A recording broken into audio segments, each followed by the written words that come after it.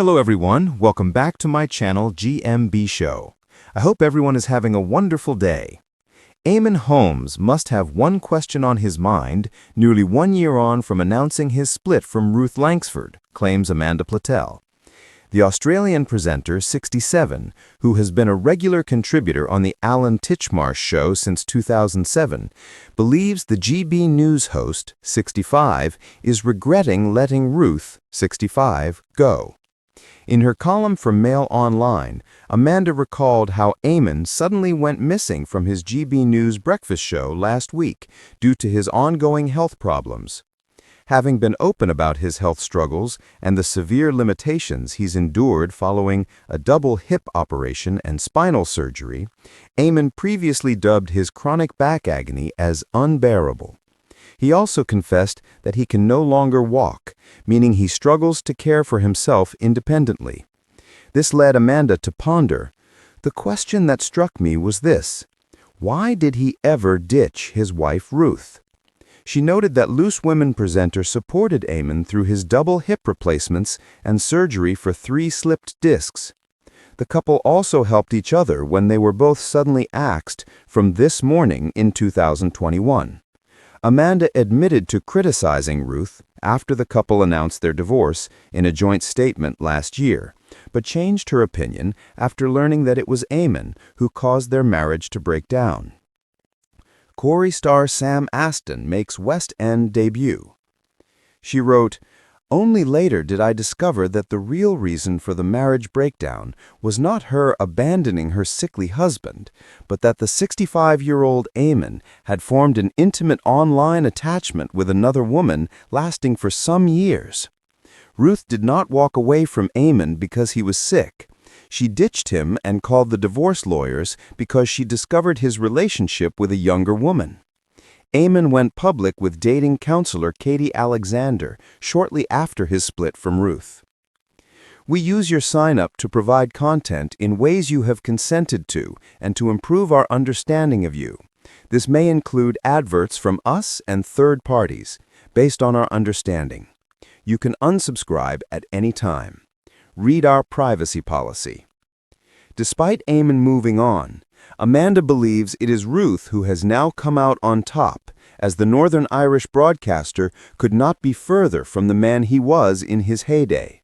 She added, now largely confined to his wheelchair, his cheeky grin has gone, the vivacity and Northern Irish charm a distant memory. Since Eamonn was forced to leave his GB News show early, friends of the presenter have been voicing their distress over his well-being, with some questioning the sustainability of his demanding early mornings. A source told the Daily Mail, "The talk of GB News last week was Eamonn vanishing. He is much loved there, but you look at him and you wonder how much longer he can do this for." They further expressed that it was heartbreaking to see Eamonn wrestle with such anguish, continuing, "He looks so sad so much of the time. He looks like he's in pain, and it's awful to watch. He should be at home resting, but instead he's up at the crack of dawn to start the show. He's 65 years old. He looks so frail. You can't help but feel sorry for him." They added, "You literally never see him walk. He gets wheeled into the studio and then on to the set. It works, but he looks terribly uncomfortable. Then he gets wheeled off home, and you just hope he goes for a really long sleep." The sun was just beginning to dip below the horizon, casting a golden hue over the manicured gardens of Alan Titchmarsh's country estate. Alan, ever the gracious host, sipped his tea with the ease of someone who had spent decades coaxing life from the soil. But tonight, his mind was occupied by a different kind of growth, the kind that happens in hearts and headlines. "Eamonn Holmes," he murmured, more to himself than anyone else. His eyes, sharp beneath a fringe of silver hair, flicked toward the portrait of his late mother hanging over the fireplace. One question must be on his mind after Ruth split. The evening had been light-hearted, filled with laughter and the rustle of leaves, but Alan had a reputation for spotting the undercurrent. He knew the world watched Eamonn Holmes with the intensity of 1,000 Twitter feeds. They watched his smiles on This Morning, his casual quips, and yes, even the silence that followed news of his split from Ruth. But there was something Alan sensed that no camera could capture. The question lurking behind the poised, polished TV persona. He imagined Eamonn alone in the drawing room of his London apartment, staring out at the city lights like they held the answers.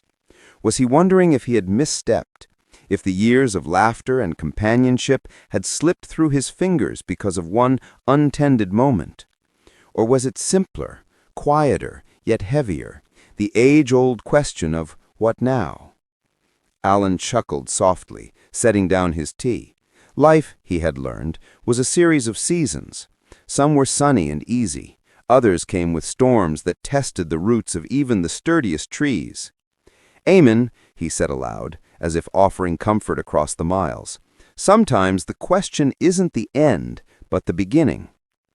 He imagined Eamonn dialing a friend, or perhaps Ruth herself, not for reconciliation, but for clarity, for understanding, for the gentle truth that only comes when hearts are unburdened.